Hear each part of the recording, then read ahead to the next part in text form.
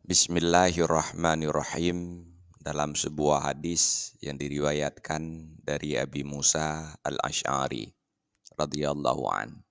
Beliau bercerita, qala Rasulullah sallallahu alaihi wasallam, telah bersabda Rasulullah sallallahu alaihi wasallam, masalul mu'minil lazi yaqra'ul Qur'an masalul atrujah, rihuha thayyib wa ta'muha thayyib.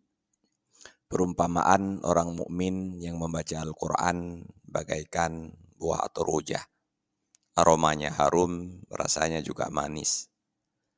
Wa masalul mu'minil lazi la yaqra'ul Qur'an kamasalit tamarah, la raiha laha wa ta'muha hulun. Perumpamaan orang mukmin yang tidak membaca Al-Quran bagaikan buah kurma.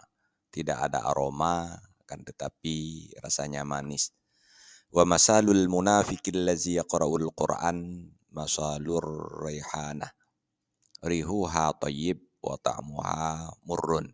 Perumpamaan orang munafik yang membaca Al-Qur'an bagaikan bunga. Aromanya harum, akan tetapi rasanya pahit.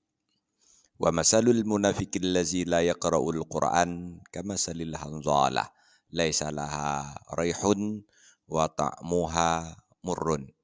Perumpamaan orang munafik yang tidak membaca Al-Quran bagaikan buah hanzalah. Tidak punya aroma, juga rasanya pahit.